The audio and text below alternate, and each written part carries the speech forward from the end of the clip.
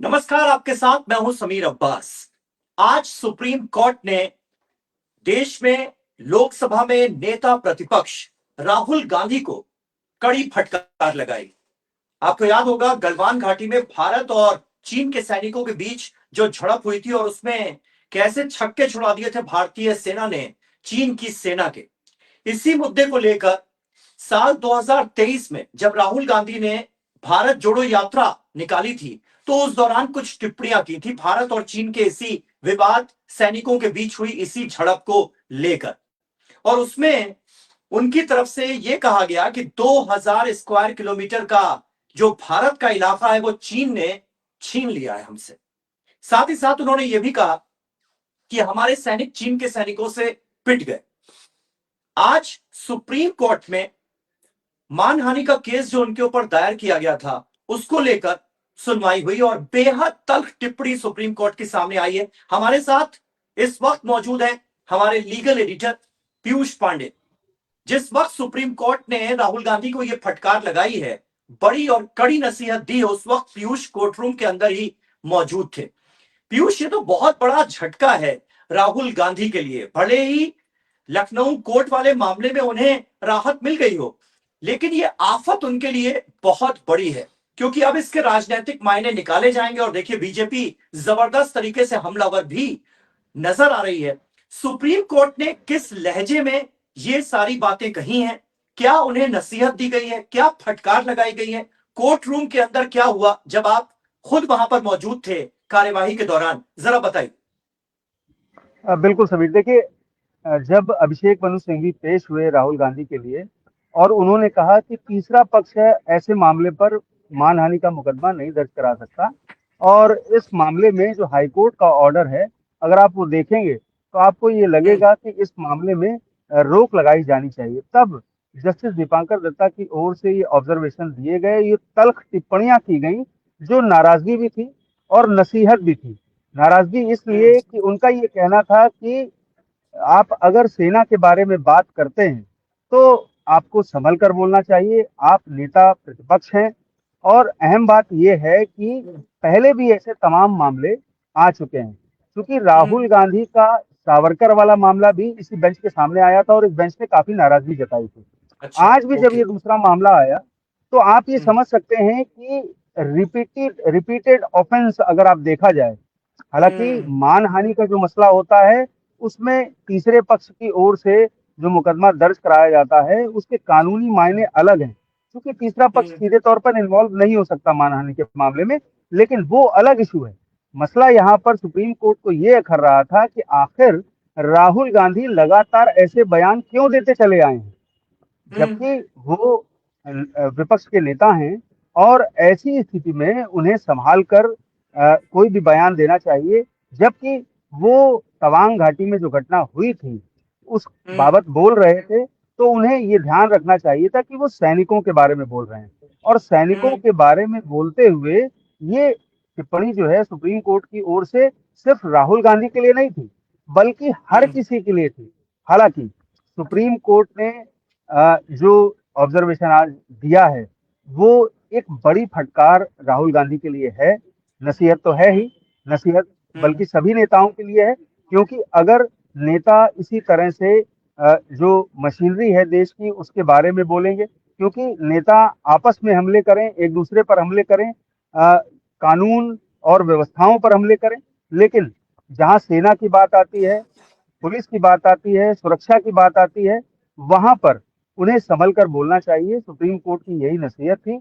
और ठीक बात है, जस्टिस लेकिन लेकिन दीपांकर, सुप्रीम कोर्ट ने यह भी कहा कि मतलब सुप्रीम कोर्ट ने राहुल गांधी के वकील से यह पूछा, एक तरह से राहुल गांधी से यह पूछा कि आपको पता कैसे चला कि चीन ने 2000 स्क्वायर किलोमीटर की जमीन पर कब्जा कर लिया है? अगर आप एक सच्चे भारतीय होते तो ऐसा ना कहते। ये कहां पर हुआ, किस वक्त हुआ, किस तरह की बातचीत चल रही थी, किस तरह से दोनों पक्ष अपनी बातें रख रहे थे उस वक्त सुप्रीम कोर्ट की ये टिप्पणी आई? क्योंकि ये अपने आप में, देखिए पीयूष, आपको भी इस बात का एहसास होगा, ये तो बहुत बड़ी टिप्पणी है कि आप एक सच्चे भारतीय अगर हैं तो आप ऐसा नहीं कह सकते। मतलब आपने कैसे कहा कि 2000 स्क्वायर किलोमीटर का जो पूरा इलाका है वो चीन ने कब्जा कर लिया है, भारत से छीन लिया है? इस बात का आधार क्या है? बिल्कुल देखिए समीर, मैं आपको बता दूं कि अभिषेक मनु सिंघवी हाईकोर्ट का जो ऑर्डर था इस मामले में, हम्म। चूंकि एमपी एमएलए कोर्ट में जब ये मामला शुरू हुआ और सम्मन जारी किया गया, उसके बाद राहुल गांधी हाईकोर्ट पहुंचे और हाईकोर्ट ने ये तो माना कि तीसरा पक्ष सीधे तौर पर इन्वॉल्व नहीं हो सकता, लेकिन राहुल गांधी की याचिका को खारिज कर दिया गया। अब ओके। अभिषेक मनु सिंघवी इसी चीज को बयान कर रहे थे सुप्रीम कोर्ट के समक्ष। और आप ये हम्म। जानते हैं कि जज का विवेकाधिकार होता है और विवेक का इस्तेमाल करते हुए वो ऑब्जर्वेशन भी देते हैं, ताकीद भी करते हैं, नसीहत भी देते हैं और फटकार भी लगाते हैं। तो यही हुआ। हम्म। जस्टिस दीपांकर दत्ता जज जो हैं वो अच्छा, प्रिसाइड कर रहे थे पीयूष, बेंच को। थोड़ा सा आपके ऑडियो में डिस्टरबेंस आया, मैं तब तक एक सवाल ले लेता हूं। हमारे एक दर्शक है अजय महाजन, वो पूछ रहे हैं कि सुप्रीम कोर्ट ने राहुल गांधी को फटकार लगाई है, इससे पहले भी कांग्रेस नेताओं को समझाया गया लेकिन वो कुछ भी बोलते हैं, क्या सुप्रीम कोर्ट के आदेश का फर्क पड़ेगा?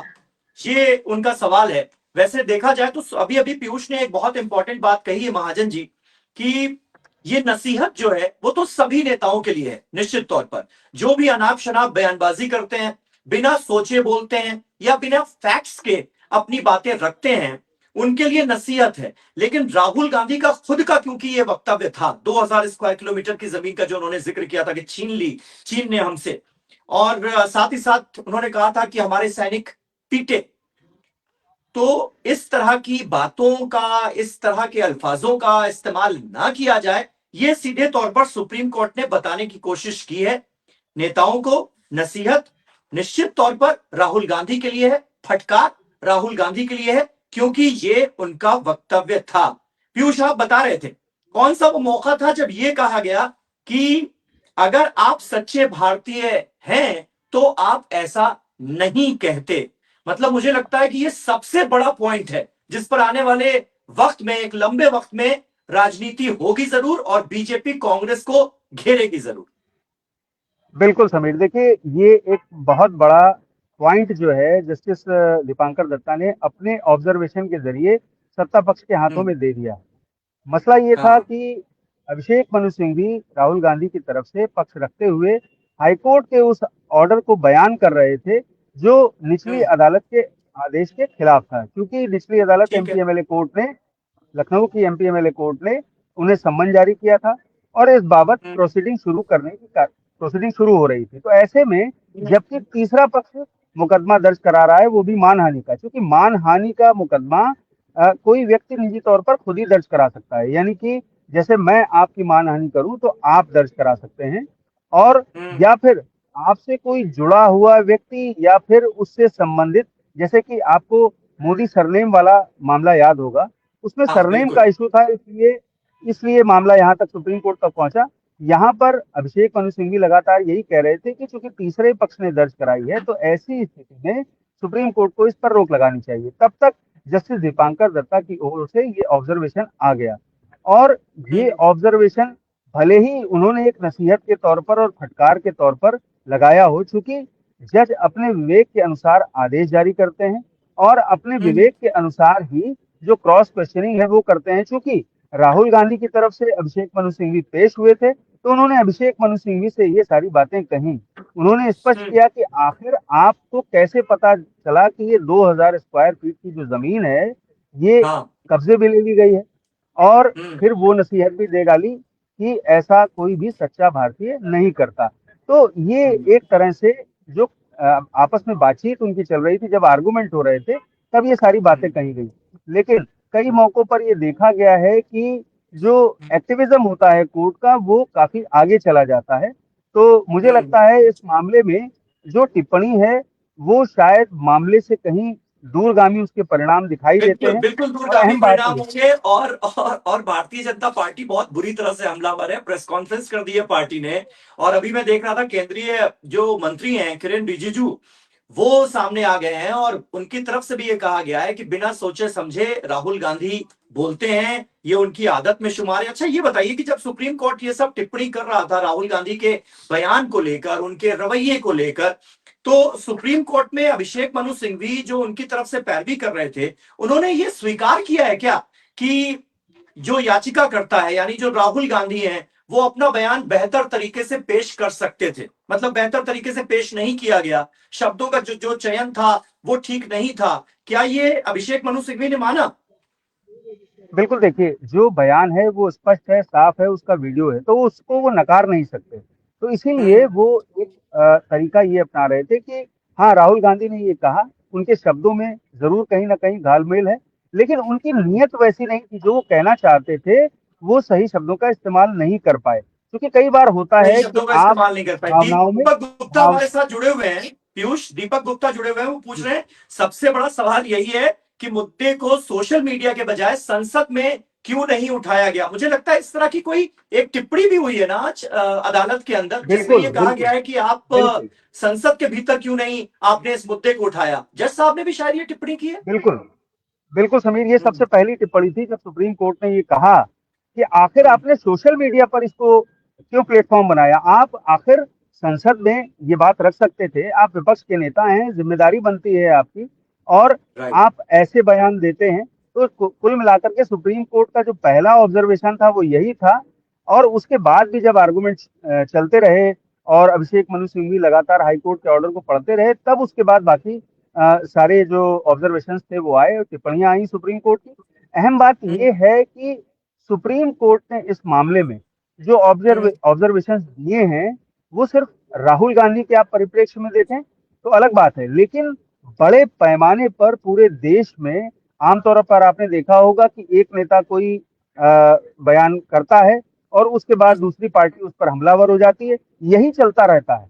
और राजनीति का असल जो मसला है, मुद्दा है, जो वजह है उसके होने की, वो कहीं न कहीं खो जाती है। और राजनीति होने की वजह सिर्फ इतनी है कि विकास हो, देश आगे बढ़े, तो आप ऐसे बयान दे देते हैं और उसके बाद पूरा पक्ष और विपक्ष उसी में आपस में जूझ जाता है। तो कुल मिलाकर के हाँ, सुप्रीम कोर्ट का ये कहना था कि जो नेता हैं उनको अपनी जिम्मेदारी निभानी चाहिए।